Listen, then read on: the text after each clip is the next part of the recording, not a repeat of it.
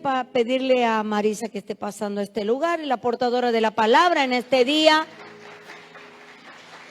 ¿A dónde va? Si es para acá adelante.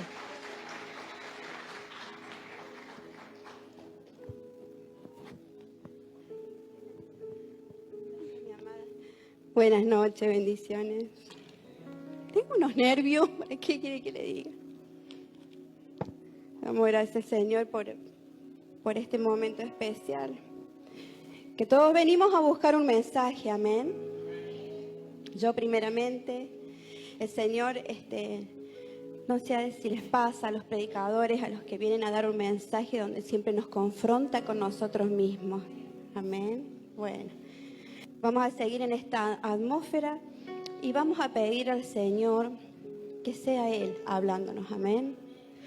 Amado Dios, papá, en esta hora, Señor amado, queremos, papá, que seas tú, que sea tu Espíritu, Padre Santo, dándonos el discernimiento, ayudándonos a comprender todo aquello que tú quieres hoy impartir, todo aquello que tú quieres que esta noche nosotros podamos entender para que nuestra vida sea mejor, para que seamos cada vez hijos tuyos más en el nombre precioso de Jesús. Gracias te damos. Amén. Gloria a Dios. Vamos a dar un aplauso. Vamos a dar un aplauso al Señor. Vamos a relajarnos. Gracias. Ese aplauso para nuestro Señor, Padre, Hijo, Espíritu Santo. ¿Se escucha bien? Amén. Gloria a Dios. Y permítame compartirle una palabra en Lucas 22, del 1 al 6.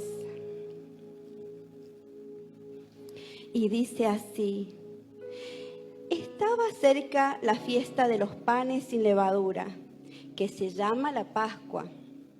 Y los principales sacerdotes y los escribas buscaban cómo matarle, porque temían al pueblo. Y entró Satanás en Judas, por sobrenombre Iscariote, el cual era uno del número de los 12. Y fue y habló con los principales sacerdotes y con los jefes de la guardia de cómo se lo entregaría. Ellos se alegraron y convinieron en darle dinero. Y él se comprometió y buscaba una oportunidad para entregárselo a espaldas del pueblo. Amén. Gloria a Dios. Tome su lugar. Está hablando cuando Judas entrega al Señor, lo vende por 30 monedas de plata. ¿Cuántos conocen esa historia? Bien.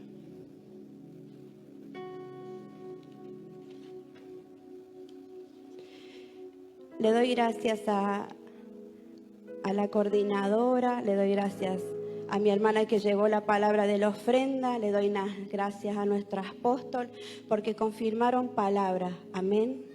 De lo que vamos a hablar hoy es acerca de las intenciones del corazón. Intenciones del corazón. ¿Qué son las intenciones del corazón? ¿Qué es eso? ¿De qué hablamos?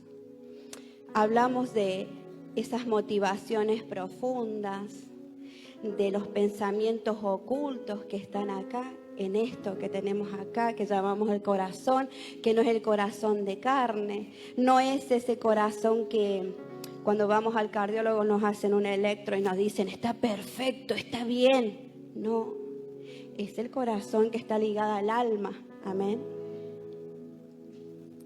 Habla de verdaderos propósitos dentro de las intenciones, ¿sí?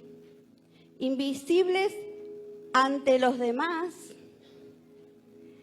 pero visibles para nuestro Señor, que escudriña la mente y nuestro corazón. Él conoce las intenciones nuestras.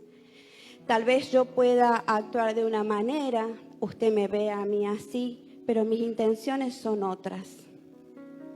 Amén. Judas para contarles un poquito más de quién se trataba, acá habla que era uno de los 12, era uno de los discípulos del Señor. Era también tesorero de ese grupo, él llevaba las finanzas, o sea que era importante, tenía una responsabilidad y confiaban en él. Él caminó con Jesús, viajó con Jesús y experimentó su ministerio. Fue testigo de prodigios y de milagros. Escuchó del mismo Jesús grandes enseñanzas. Hablaban del amor, cuando Jesús hablaba de la fe, cuando Jesús hablaba del perdón y del mismo reino de los cielos. Judas estaba al lado de Cristo, escuchando todas esas maravillas y enseñanzas. ¿A usted le gustaría haber estado al lado de Cristo y escuchar de su propia boca todo eso que enseñaba? Gloria a Dios, ¿no? Un privilegio realmente. Pero como todos, Judas tenía un libre albedrío. Amén, amén, amén, maestro. Tenía un libre albedrío, como tenemos todos. ¿Qué es eso? ¿Qué es el libre albedrío? Es la libertad que el Señor nos da a tomar decisiones, ¿sí? Él tomó sus propias decisiones. Decidió por qué camino ir. Le comparto Mateo 7:21. Yo se lo leo, si me permite. Dice: no todo el que me diga Señor, Señor, entrará al reino de los cielos, sino todo aquel que hace la voluntad de mi Padre que está en los cielos. ¿Y qué es hacer la voluntad de nuestro Papá, de nuestro Señor? Es que seamos salvos y es que conozcamos la verdad. ¿Está de acuerdo? Es conocer la verdad y Dios quiere que seamos salvos. Pero la salvación es algo personal. Amén. Y la verdad nos hará verdaderamente libres, ¿sí? Por eso el Señor no quiere que andemos a ciegas, quiere que conozcamos la verdad. Creo que esa venda, quiere el Señor que esa venda que antes teníamos ya no la tengamos, que empezamos a ver las cosas como nuestro Señor quiere que la veamos. Judas, tuvo las mismas oportunidades que todos los discípulos, las mismas oportunidades de arrepentimiento. Ya vamos a llegar al punto para que usted me entienda. La misma oportunidad para ser transformado. Pero erró a conciencia. Tuvo una falta de integridad, fue corrupto e injusto. Él mismo, por su propia conciencia y voluntad, decidió corromper su corazón. Se debilitó su fe. No pudo vencer la tentación. Fue alejando de Cristo. Yo pregunto, ¿qué hizo en Judas? ¿Qué pasó? Que estando con Cristo, caminando, escuchando enseñanzas, hablando con Él, llegó a estar en esa situación su corazón. ¿Qué pasó? ¿Recuerdan el pasaje ese en la Biblia donde habla la hermana de Lázaro, que viene a los pies de Cristo y derrama sobre los pies del Señor un perfume muy costoso? ¿Recuerdan eso? ¿Qué dijo Judas ahí? Qué bien, qué honra al Padre. ¿Dijo eso? No. ¿Qué dijo? Pero ¿cómo, mujer? ¿Cómo vas a gastar ese perfume tan costoso con tantos pobres por ahí? ¿A cuántos podríamos alimentar? ¿Usted cree que Judas realmente tenía preocupación por el pobre?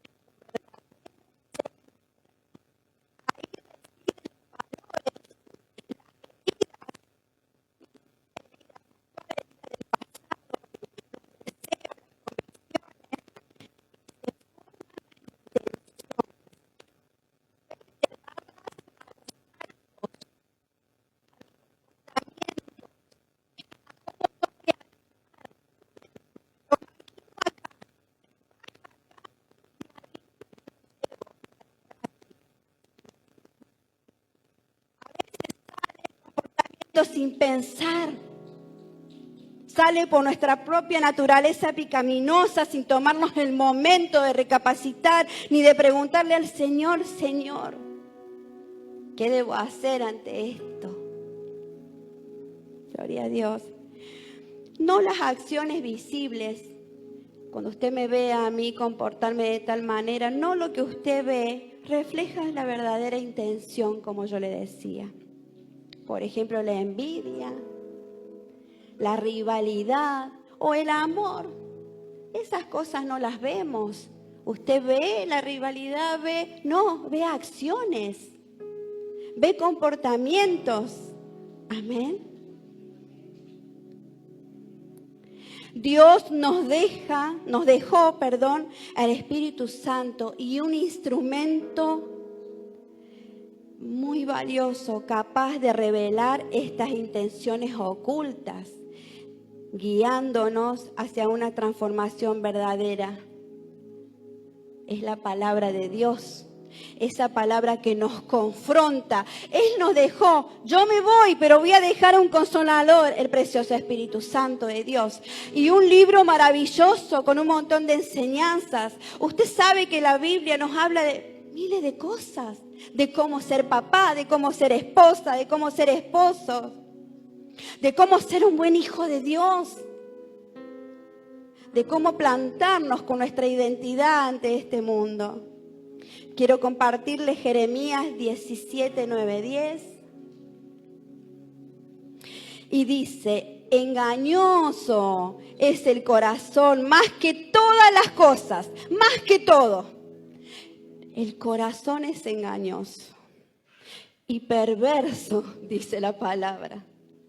Mire lo que es nuestra naturaleza pecaminosa. ¿Quién lo conocerá? Hace una pregunta acá.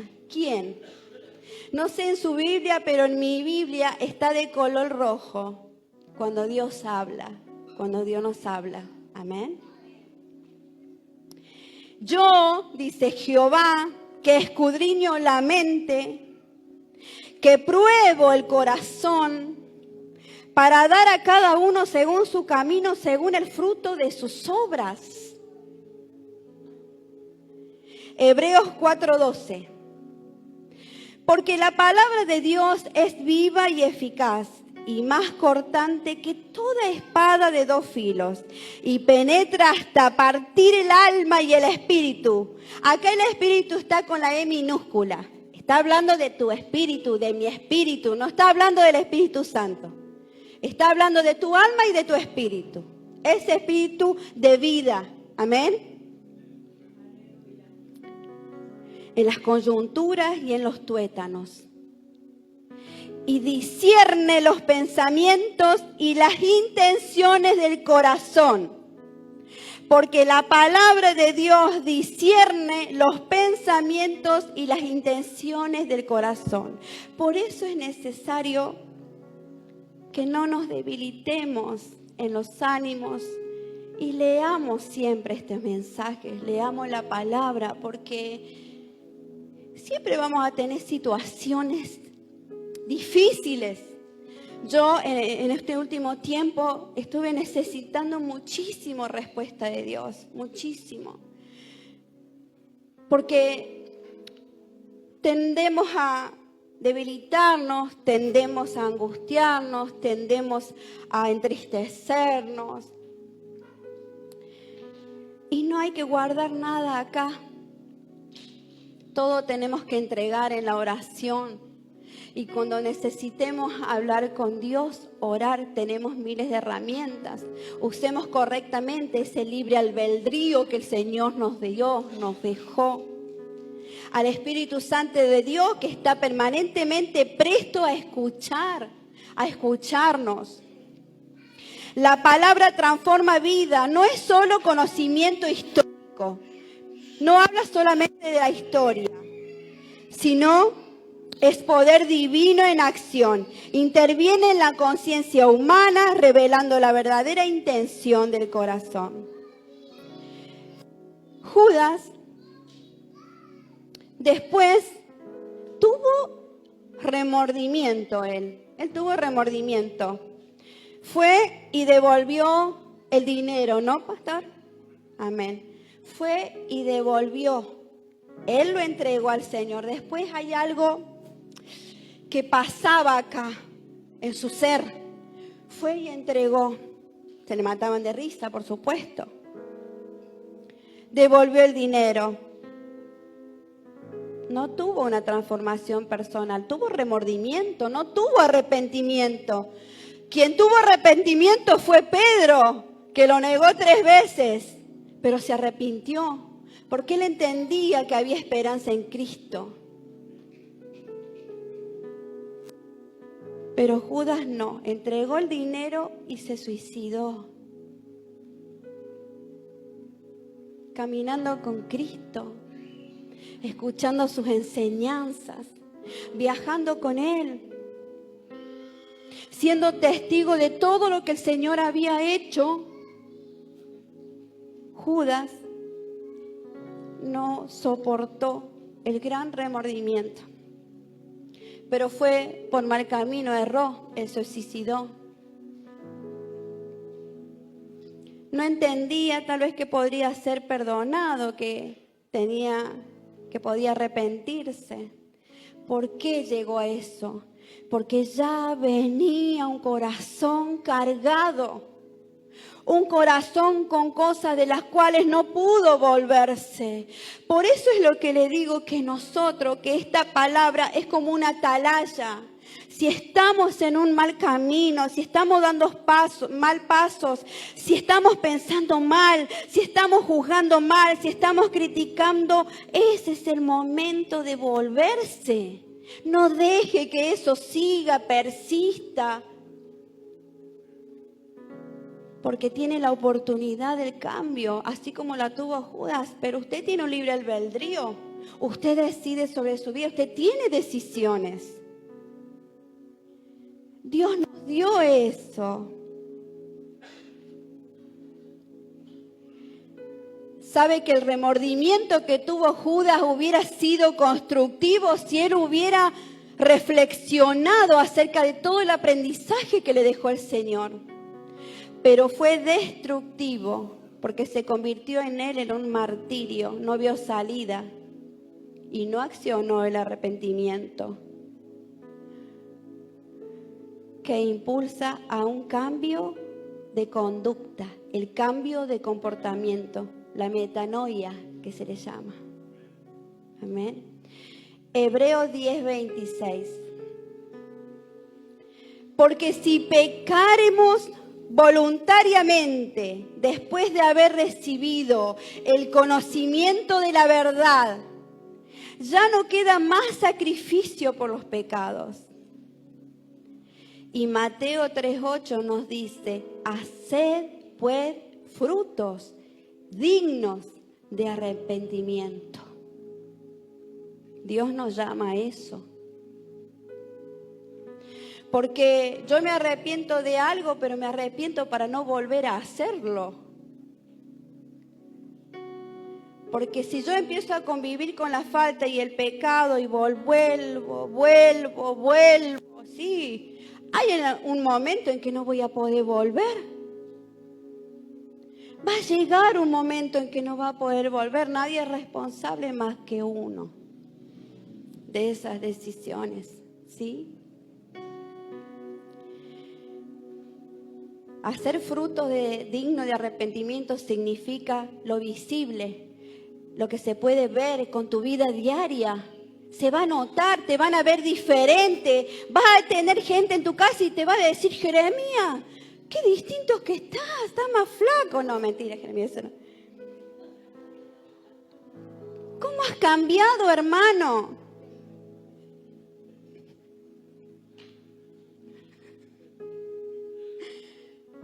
¿Cómo has cambiado? Hablas diferente. Estás más lindo en sí. Ahí tiene que haber transformación. Si viene alguno y te dice: bueno, te conozco, ahí viene aquella, ¿te acordás la drogadicta esa que te acordás? Sí, No, así te va a conocer el mundo. Pero Dios va a ir cambiando, va a ir limpiando tu nombre, va a ir cambiando tu vida. Pero toma la identidad primero vos.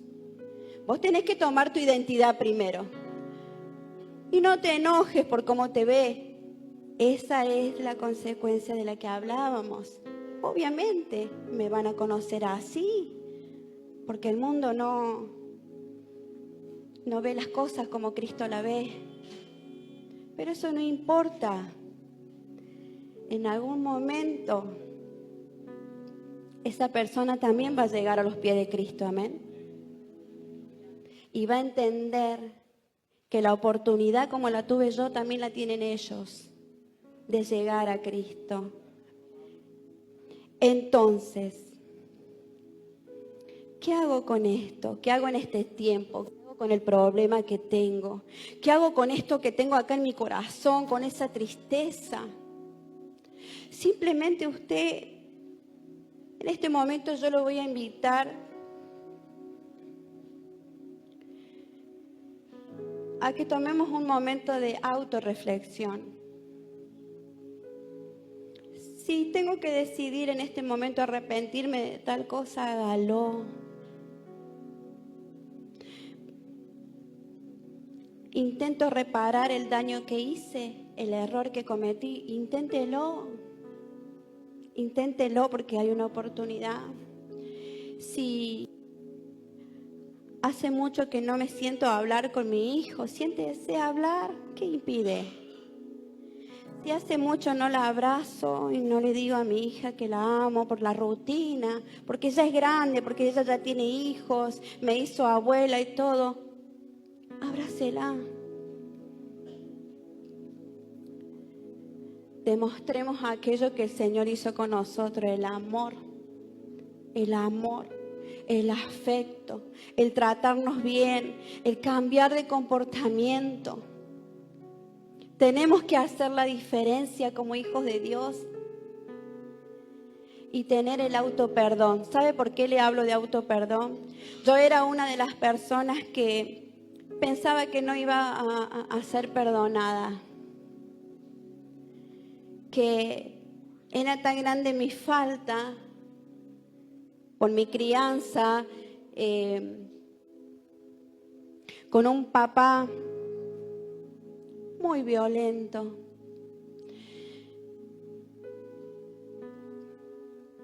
Muy perseguidor. Entonces, mire, yo tenía 19 años, 20 y yo no sabía viajar al centro. Yo no sabía vestirme. Yo me vestía como me decía mi papá. Y empecé a desarrollar un pensamiento diferente. Empecé a tener un criterio. Usted forme su criterio, su identidad como hijo de Dios. Si antes vivía esas cosas, ahora Dios las sacó de esas cosas y somos nuevas personas. Amén. Porque somos transformados en Él.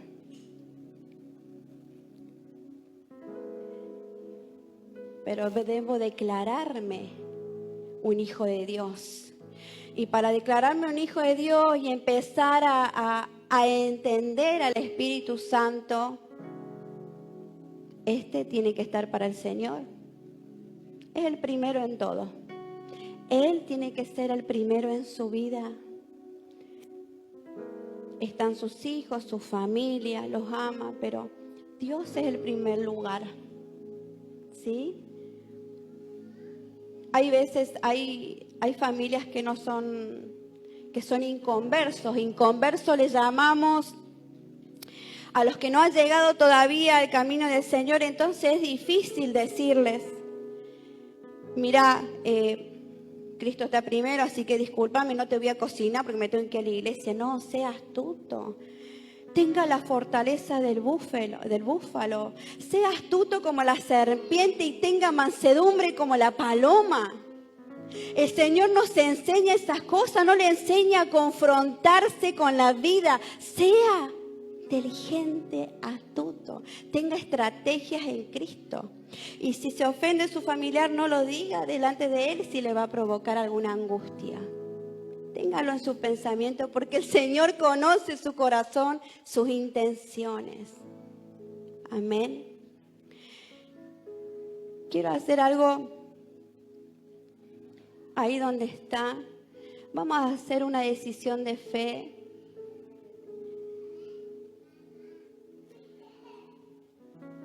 ¿Hay alguien que vino por primera vez en este lugar? No. Somos una familia hermosa en el Señor. Amén. ¿No le pasa a usted que cuando no viene el hermano Benjamín se preocupa? Dígame la verdad. Cuando no viene la hermana Jackie, porque yo me preocupo. Cuando no viene la hermanita Olga, Cintia, que siempre se sienta para este lado. Somos una familia hermosa. ¿Sí? Para aquel que necesite, porque yo lo necesité una restauración, necesité reconciliarme con Dios y necesité entregar algo que tenía acá. Si le cuesta orar, entréguelo. Porque a partir de ahora a usted no le va a costar más orar. Si no podía ayunar, a partir de hoy ya no le va a costar más ayunar. Si le costaba expresarse, si le costaba demostrar amor, ya no le va a costar más. Porque hoy usted va a hacer una entrega importante y una reconciliación. Amén.